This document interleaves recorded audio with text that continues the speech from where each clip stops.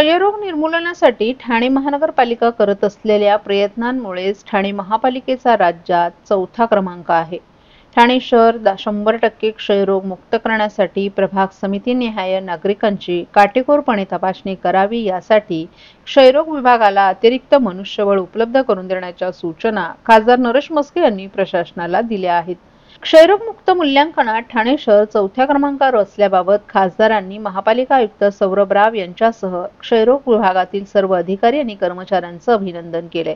राष्ट्रीय दूरीकरण कार्यक्रमांतर्गत जागतिक आरोग्य दिनाचं औचित्य साधून राष्ट्रीय क्षयरोग निर्मूलन कार्यक्रम क्षयरोग विभाग गौरव पुरस्कार सोहळ्याचं आयोजन नरेंद्र बाळा सभागृहात आयोजित करण्यात आलं होतं। क्षयरोग निर्मूलनासाठी ठाणे महापालिकेच्या क्षयरोग विभागाचे सर्व डॉक्टर्स, परिचारिका आणि कर्मचारी हे आपला जीव धोक्यात घालून आत्महत्येने काम करत आहेत। महापालिका दप्तरी नोंद असलेल्या क्षयरुग्णांच्या घरी भेटी देऊन संबंधित रुग्णांना आवश्यक उपचाराबाबत मार्गदर्शनही करत आहेत। या सर्वांच्याच प्रयत्नांमुळे क्षयरोगाबाबत राज्य शासनाकडून करण्यात आलेल्या मूल्यांकनात विविध महानगरपालिका आणि जिल्ह्यातील क्षयरोग विभागांमध्ये ठाणे महापालिकेनं चौथा क्रमांक प्राप्त केल्याबद्दल खासदार नरेश म्हस्के यांनी क्षयरोग विभागातील सर्व कर्मचाऱ्यांचं कौतुक केलं। क्षयरोग विभागात काम करणाऱ्या कर्मचाऱ्यांना शासनाकडून मानधन मिळत असतं, परंतु हे कर्मचारी जीव धोक्यात घालून काम करत असल्यामुळे त्यांना अतिरिक्त 15,000 मानधन देणारी ठाणे ही देशातील एकमेव महापालिका असल्याचंही त्यांनी नमूद केलं। ठाणे महापालिकेच्या क्षयरोग विभागास CSR निधीतून 1 कोटींचा निधी उपलब्ध करून दिल्याबद्दल महानगर गॅस लिमिटेडचे उपाध्यक्ष आत्मकूर चक्रपाणी आणि CSRचे मुख्याधिकारी सुशांत राऊत तसंच मिंट कॉर्पोरेशनने CSR निधीतून 1.25 कोटी रुपयांचा निधी दिल्याबद्दल उपमहाव्यवस्थापक इंदरदीप कौर यांचंही खासदार नरेश म्हस्के यांनी आभार मानले। यावेळी क्षयरोग निर्मूलन मोहीम प्रभावीपणे राबवणारे क्षयरोग तज्ज्ञ आणि शहर क्षयरोग अधिकारी डॉक्टर प्रसाद पाटील यांचा विशेष सन्मान करण्यात आला। तर क्षयरोग विभागातील सर्वोत्कृष्ट कामगिरी बजावणाऱ्या निखिल लिंगायत, अशोक बोरोले, संजय पवार, साधना जाधव, स्वप्नाली भालेराव आदींना प्रातिनिधिक स्वरूपात खासदार नरेश म्हस्के यांच्या हस्ते पारितोषिक देऊन गौरवण्यात आलं। यावेळी अतिरिक्त आयुक्त प्रशांत रोडे यांनी क्षयरोग विभागात काम करणाऱ्या कर्मचाऱ्यांना शुभेच्छा देत ठाणे शहर 100% क्षयमुक्त करण्यासाठी महापालिका प्रयत्नशील राहील असा विश्वास व्यक्त केला।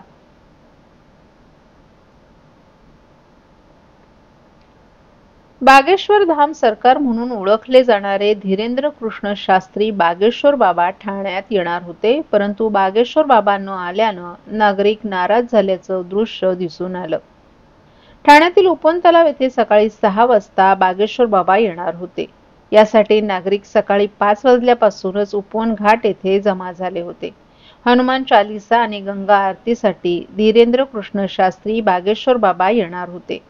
यामध्ये शाळकरी मुलं देखील सहभागी होती। सुमारे 3 तास नागरिक बागेश्वर बाबांची वाट पाहत होते, परंतु अचानक बाबा या कार्यक्रमाला आलेच नाहीत। त्यामुळे नागरिकांनी नाराजी व्यक्त केली आहे।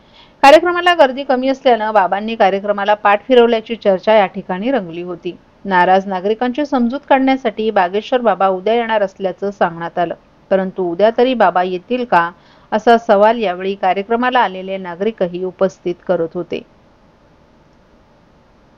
बजे आए 5:30 बजे हम लोग सोचे कि आएंगे 6 बजे का मतलब टाइम दिया गया था ना, तो 5:30 बजे आए थे हम लोग, पर आए नहीं।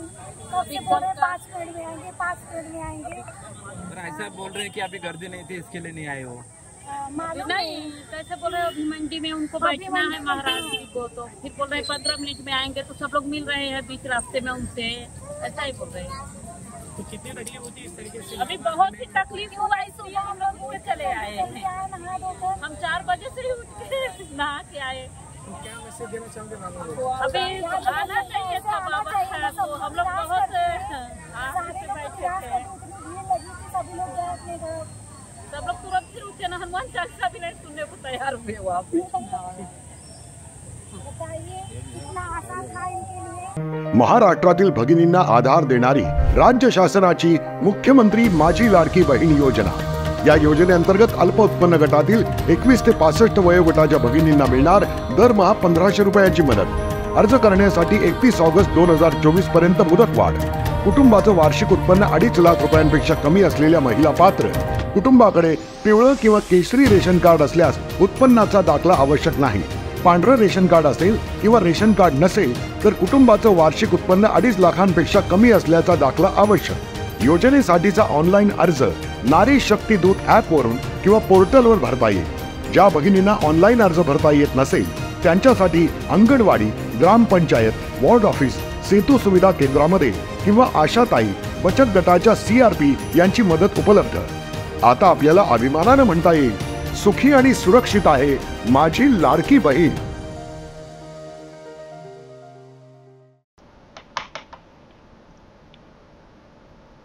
अरुंद रस्ते, मेट्रोची कामं अशा विविध कारणांमुळे कोंडीत अडकणाऱ्या ठाणेकरांची वाट दारूच्या बाटल्यांनी अडवलीये. घोडबंदरहून ठाण्याच्या दिशेनं दारूच्या रिकाम्या बाटल्या वाहून नेणारा ट्रक एका बेस्ट बस गाडीवर आदळला. या अपघातात ट्रक उलटून सर्वत्र रिकाम्या बाटल्यांच्या खोक्यांचा खच पडला. त्यामुळे अपघातग्रस्त वाहन आणि दारूच्या बाटल्यांचा खच रस्त्यावरून काढण्याची वेळ पोलीस आणि बचाव पथकावर आली होती. या अपघातामुळे गायमुख घाट ते चेना ब्रिज पर्यंत दोन्ही मार्गावर कोंडी झाली होती. या वाहतूक कोंडीमुळे नागरिकांचे मात्र हाल झाले.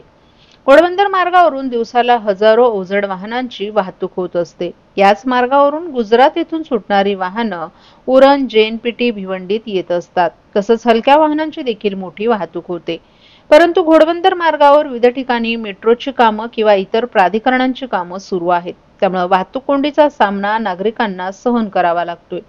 घोडबंदर मार्गालगत लोकवस्ती वाढल्यानं कोंडीत भर पडत आहे. मंगळवारी पहाटे 3:30 वाजण्याच्या सुमारास गुजरातहून मुंबईत एक ट्रक येत होता. त्यामुळे मद्याच्या रिकाम्या बाटल्यांचे त्यामध्ये खोके होते. हा ट्रक गायमुख घाटात आला असता वाहन चालकाचा ट्रकवरील नियंत्रण सुटलं आणि ट्रक येथील बेस्टच्या बसगाडीला धडकून उलटला. त्यानंतर बसगाडीमधील सर्व रिकाम्या बाटल्यांचे खोके रस्त्यावर पडले. घटनेची माहिती कासरवडली वाहतूक पोलीस, ठाणे महापालिका अग्निशमन दल आणि आपत्ती व्यवस्थापन विभागाला मिळाल्यानंतर पथक घटनास्थळी दाखल झालं. या अपघातामुळे वाहनांच्या रांगा लागण्यासही सुरुवात झाली. रस्त्यावर बाटल्यांचा खच पडल्यानं मार्गावर कोंडी झाली होती. दोन्ही मार्गावर त्याचा परिणाम झाला. या अपघातात ट्रक एका बेस्ट बस गाडीला देखील धडकला. या अपघातात बेस्ट बस गाडीचा चालक हर्षल कासकर यांना किरकोळ दुखापत झाली आहे. त्यांच्या उजव्या डोळ्यालगत किरकोळ त्यांना मार लागलाय. या अपघातामुळे बाटल्यांचा रस्त्यावर खच पडला होता. बचाव पथकाने हा खच बाजूला करण्यासाठी JCB यंत्राचा वापर केला. तर अपघातग्रस्त ट्रक हायड्रा क्रेनच्या साह्याने बाजूला करण्यात आला. या अपघाताचा परिणाम घोडबंदर मार्गावर बसला. वाहनांच्या लांबच लांब रांगा लागल्या होत्या. अवघ्या 10 मिनिटांचं अंतर पार करण्यासाठी वाहन चालकांना 25 ते 30 मिनिटं लागत होती. सकाळी 9 नंतरही येथे कोंडी कायम होती.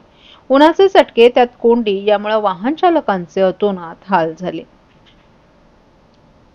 ठाण्याचं सांस्कृतिक केंद्र मानल्या जाणाऱ्या राम गणेश गडकरी रंगायतांच्या नूतनीकरणाचं काम गेल्या काही महिन्यांपासून सुरू होतं. या रंगायतांच्या नूतनीकरणासाठी उपमुख्यमंत्री एकनाथ शिंदे यांनी 8 कोटी रुपयांचा निधी मंजूर केला होता. या निधीतून प्रेक्षागृहातील आसन व्यवस्था, रंगमंचाचं फ्लोरिंग, ग्रीन रूम, तालीम हॉल, वातानुकूलित व्यवस्था आणि शौचालयाचं अद्ययावत स्वरूपात नूतनीकरण करण्यात आलं. या कामाची अंतिम पाहणी मंगळवारी सकाळी करण्यात आली. खासदार नरेश मस्के यांच्या प्रमुख उपस्थितीत महापालिकेचे अधिकारी आणि अभियंते तसेच ठाण्यातील नामवंत रंगकर्मी या पाहणीत सहभागी होते. या नूतनीकरणामुळे राम गणेश गडकरी रंगायतन अधिक सुसज्ज आणि आधुनिक रूपात ठाणेकरांच्या सेवेत दाखल झाले. शहरातील सांस्कृतिक उपक्रमांना यामुळे नवं बळ मिळणार असल्याची प्रतिक्रिया अनेक कलावंतांनीही व्यक्त केली आहे. नवीन गडकरी रंगायतन जे आहे ते प्रेक्षकांच्या भेटीला येणार आहे. कोणकोणते बदल यामध्ये करण्यात आले, कधीपर्यंत हा गडकरी रंगायतन खुला होणार आहे? आपण नेहमीच म्हणतोय की उपमुख्यमंत्री एकनाथ शिंदे साहेब यांच्या नेतृत्वाखाली ठाणं बदलतंय. त्याचाच हा एक भाग जे गडकरी रंगायतन ठाण्याचं भूषण आहे. सर्व महाराष्ट्र असेल हिंदुस्थानातील रंगकर्मींचं पहिलं प्राधान्य नाटक करण्याकरता ते गडकरी रंगायतन ठाणे आहे आणि त्याचं नूतनीकरण आज होत आहे. मे महिन्यामध्ये हे नवीन थिएटर या ठिकाणी सुरू होईल. छोट्या छोट्या ज्या काही त्यांच्या अडचणी होत्या, प्रेक्षकांची महत्वाची म्हणजे ज्येष्ठ नागरिकांसाठी त्या ठिकाणी जी लिफ्टची व्यवस्था पाहिजे होती ती लिफ्टची व्यवस्था या ठिकाणी आम्ही केली. रंगकर्मींची स्टेजवरचा AC थोडाफार कमी होता, बाल्कनीमध्ये आवाज येत नव्हता, छोटाफार त्याचा व्ह्यू थोडासा वेगळा होता. या सगळ्या गोष्टी जे त्यांचं नेपथ्य असतं, सेट्स असतात, त्यांना वरती आणण्याकरता लिफ्टची व्यवस्था नव्हती. अशा अनेक गोष्टी, छोट्या मोठ्या गोष्टी या ठिकाणी ज्या आपण दुरुस्ती आपण म्हणतो, त्या सर्व छोट्या मोठ्या गोष्टींचा अंतर्भाव करून हे असं नवीन थिएटर मे मध्ये लोकांच्या सेवेसाठी सामोरं येणार आहे. आणि पुन्हा एकदा ठाण्यामध्ये नाट्य चळवळ असेल, साहित्य चळवळ असेल, कला चळवळ असेल, ही पुन्हा उभी राहणार आहे. याकरता आमच्या ठाणे महानगरपालिकेचे सर्व अधिकारी असतील, आमचे कर्मचारी असतील, आमचे आयुक्त असतील, सौरभराव, हे संपूर्णपणे ह्या कामावर लक्ष ठेवून आहेत. उपमुख्यमंत्री एकनाथ शिंदे साहेब सुद्धा या कामावर लक्ष ठेवून आहेत. कालच त्यांनी या ठिकाणी जेव्हा आम्ही देवीचं विसर्जन होतं आणि मला निर्देश दिले की त्याचं तुम्ही काम बघून घ्या कुठपर्यंत आलंय. आणि आज आम्ही जी काही रंगकर्मी आहेत, म्हणजे नाट्य निर्माते संघाचे अधिकारी पदाधिकारी आहेत, आमच्या ठाण्यातील चित्रपट नाट्यसृष्टीशी संबंधित या ठिकाणी आमचे विजुमाने असतील, आमच्या नाट्य परिषदेचे नरेंद्र बेडेकर असतील, आमचा जे नाट्य आपण म्हणतो मॅनेजमेंट, त्यांचा दिगंबर प्रभू आहेत, मच्छिंद्र आपला प्रसाद कांबळी आहे, संतोष कणेकर आहेत. ही नाट्य चळवळीतील जे नाट्य व्यवसाय या ठिकाणी कलाकारांचे प्रतिनिधी आहेत, नाट्य निर्मात्यांचे प्रतिनिधी आहेत, यांना सुद्धा आम्ही या ठिकाणी बोलवलेलं आहे. आणि त्यांच्या काही समस्या आहेत, त्यांच्या काही सूचना आहेत, या सर्व सूचनांचा अंतर्भाव करून हे नवीन थिएटर मे महिन्यामध्ये लोकांच्या समोर.